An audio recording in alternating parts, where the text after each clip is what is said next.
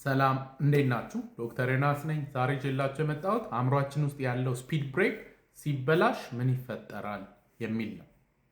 እንግዲህ በአማርኛ በተለምዶ የመርሳት ህመም ይባላል። በእንግሊዝኛና ትክክለኛው ግን ዲሜንሺያ የምንለው ህመም የተለያዩ የአእምሮ ክፍሎች ላይ ችግር ይፈጥራል እና የአእምሮ ሴል ኒውሮንስ እንዲቀንሱ ከዛ እርስ በራሳቸው ያለው ግንኙነት ሲናፕቲክ ኮኔክሽን ደግሞ እንዲላላ ያደርጋል።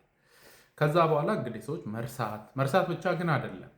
በፊት መስራት የሚችሏቸው ነገሮች አሁን መስራት ያቅታቸዋል። አፕራክሲያ ይባላል።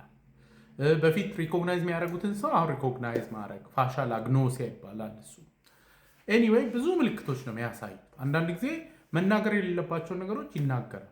ጸባያቸው ሊለዋወጥ ይችላል። አንዳንዶቹ በተቃራኒው ደግሞ ዝም ጭምት ማለት ነገር ሊታይባቸው ይችላል። ኤኒዌይ እንግዲህ አእምሯችን ውስጥ ስፒድ ብሬክ አለ። ስፒድ ብሬክ የሚያገለግለው ለምንድን ነው? መኪና በፍጥነት የሄደ አደጋ እንዳያደርስ። በተለይ ስፒድ ብሬክ ለምሳሌ ሬዚደንሻል ኔይበርሁድስ ሰዎች የሚኖሩበት ትምህርት ቤት አካባቢ በፍጥነት ከሄደ መኪና ያው ሰው ይጎዳል፣ ልጆች ይገጫሉ ምናምን። አእምሯችን ውስጥ በጣም ብዙ ሀሳቦች አሉ እና በጣም ብዙ የሚያሰኙን የምንፈልጋቸው ነገሮች አሉ።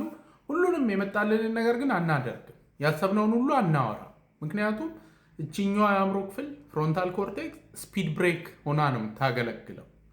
ይሄ ነገር እዚህ ቦታ አይባልም፣ ነውር ነው፣ ይሉኝታ፣ እቺን ደግሞ ብታደርጋት ያው ታሳስራለች ምናምን ይልህና ፊልተር ታደርጋለህ የምታደርገው የምትናገረው። ሰዎች ግን ዲሜንሺያ ሲያጋጥማቸው የአእምሮ ክፍላቸው ይጎዳል። የሚጎዳው በብዛት የፍሮንታል ኮርቴክስ ነው፣ ግን ሌሎችም ኤሪያዎች ላይ ጉዳት ሊያደርስ ይችላል። ለምሳሌ በፊት መስራት የሚችሉትን ነገር አሁን መስራት ማቃት። ይህ እንግዲህ አፕራክሲያ ይባላል።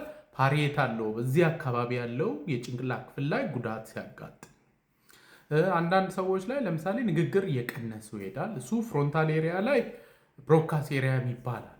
ለመናገር የሚያገለግለው የአእምሮ ክፍል እሱ ከተጎዳ ንግግር እየቀነሱ ይሄዳሉ። አንዳንድ ጊዜ ስትሮክ ያጋጠማቸው ሰዎች አይታችሁ ከሆነ ብሮካስ ኤሪያ ከተጎዳ በቃ መናገር ያቆማሉ ከስትሮኩ በኋላ። ለመረዳት ደግሞ ቋንቋን ቨርኒኬስ ኤሪያ ይባላል። እሱ በጎን ያለው የአእምሮ ክፍል ቴምፖራል ሎብ ላይ ነው ያለው እና እሱ ደግሞ ከተጎዳ ሰው ሲነገራቸውም ለመረዳት መቸገር፣ ኮምፕሌክስ አቴንሽን የምንለዋለ እሱ ሜንሊ የፍሮንታል ኮርቴክስ ነው። ከዛ በኋላ ደግሞ ፐርሴፕቹዋል ሞተር ደግሞ የምንለው ፐርሴፕሽን በብዛት ፓሪየታል ነው። ቪዥን ደግሞ እይታ ጋር የተያዙ ነገሮች ደግሞ የኋለኛው የአእምሮ ክፍል ነው። ኤኒዌይ ዲሜንሺያ ሲያጋጥም እንግዲህ አብዛኛው የአእምሮ ክፍልን እንትን ይላል።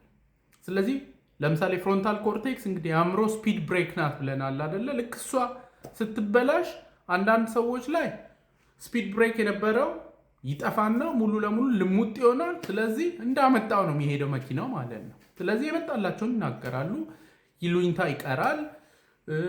በቃ ኢምፐልሲቭሊ በቅጽበተኛ እንትን ይወስናሉ ምናምን። አንዳንድ ሰዎች ላይ ደግሞ ስፒድ ብሬክ የነበረችው እንደ ግድግዳ ትሆናለች። ስለዚህ ምንም በቃ መናገር ያቆማሉ። ምንም ኢንትረስት አይኖራቸው። አፓቲ እንለዋለን።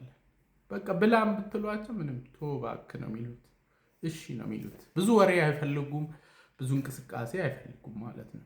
ኤኒዌይ እንዴ ለወደፊት ዲሜንሺያ ለመከላከል የሚረዱ ክሊር ነጥቦች አሉ። እነሱን አስቀምጥላቸዋለሁ።